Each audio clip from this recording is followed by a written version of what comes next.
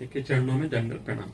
महाराज जी, जैसे अभी अभी आपके सत्संग कार्यक्रम के दौरान आलस के कारण आंख बंद हो रही थी, तो मैं उठकर चलकर सत्संग सुना, तो उसी दौरान देखा कि बहुत से छोटे जीव पैरों के नीचे आ जाते हैं और मर जाते हैं। तो क्या यह पाप है या कभी? यदि हम कठोर पादुका पहने हैं तो बहुत देख के पैर रखे, आराम से पैर रखकर चले।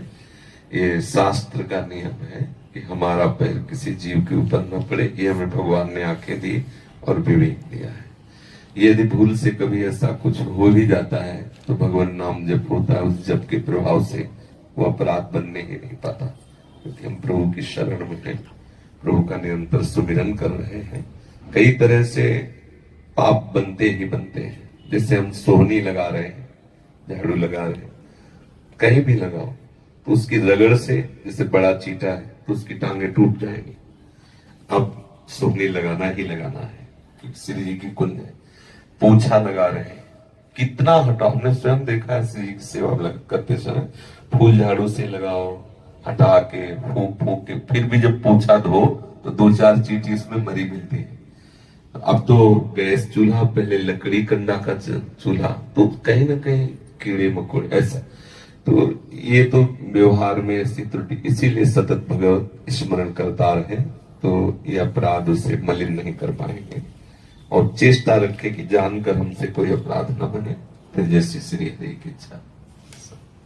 अच्छा, डंक वाले जीव होते हैं महाराज जी, जैसे सांप और बिच्छू या मच्छर, इनको कई बार ऐसी व्यवस्था होती है घर में, वो मशीन होती है जो चल रही है जिससे मच्छर मर जाते हैं, तो वैसे वो ऑल आउट के होते। वो एक बार हमारे यहाँ लगाया तो वो मतलब देखा सुबह 10 मच्छर मूर्छित पड़ा, उखाड़ फेंक दिया, इसकी जरूरत नहीं। एक मच्छरदानी लगा ली है अपनी बचत के लिए, तो हम कह सकते हैं, लेकिन उसका अहित हो किसी भी जीव का। जैसे बिच्छू है, हम एक सेनपुर स्थान है फतेहपुर जिले में, जब गंगा किनारे किनारे भ्रमण करते थे तो कई वर्ष वहां रहे। वहां सैकड़ों बिच्छू ऐसे घूमते थे जैसे बड़ा चीटा, भूरी बिच्छू, काली बिच्छू, सहस्त्रों सर्प, कई बीघे का जंगल जहां सूर्य की किरणें भी न जाए, बड़े बड़े विशाल बरगद के वृक्ष, कदम, बड़ा सुंदर शोभनीय आश्रम था। और पास में कल कल करती हुई भागीरथी बह रही है। एक बार कभी बिच्छू ने डंक नहीं मारा, कभी सांप ने नहीं काटा किसी को। ये आश्रम की ऐसी महिमा। तो यदि हमारे बिच्छू मारनी है 8:10 में, तो 9 मिनट तक आप निर्भय रहेंगे। 10वें मिनट में जब तिजोरी में बंद हो जाएगी, वो मारेगी। तिजोरी के अंदर अपने आप पैदा हो जाएगी और आपको मारेंगे। ये लोग कहते हैं काल है, इसे मार देना चाहिए। तो उनसे पूछो कि काल को किसी ने मार पाया है क्या? काल ही सबको चाट जाता है, उसको कोई मार नहीं सकता है। तो हर जीव प्रभु की सृष्टि में प्रभु के द्वारा रखा गया है, तो उसका भी अधिकार, जितना आपका अधिकार है उतने उसका भी अधिकार। अपना बचाव पक्ष रख रहे हैं। बचाव पक्ष में यदि कुछ ऐसा हो, जैसे मानो कोई जीव है, हम उसको दूर फेंक, अब उसको जो कष्ट हो रहा है हमारे पकड़ने से, जो चेष्टा से, वो बात अलग है। हम अपने बचाव पक्ष में हैं, उसके मारने के पक्ष में नहीं।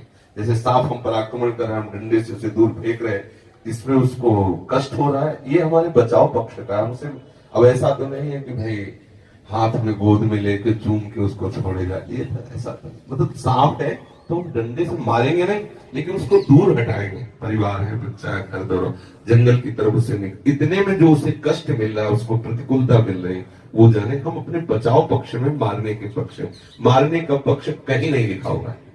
शास्त्रों में कहीं ऐसा नहीं पाया गया कि आप सांप मारो, बिच्छू मारो, ऐसा।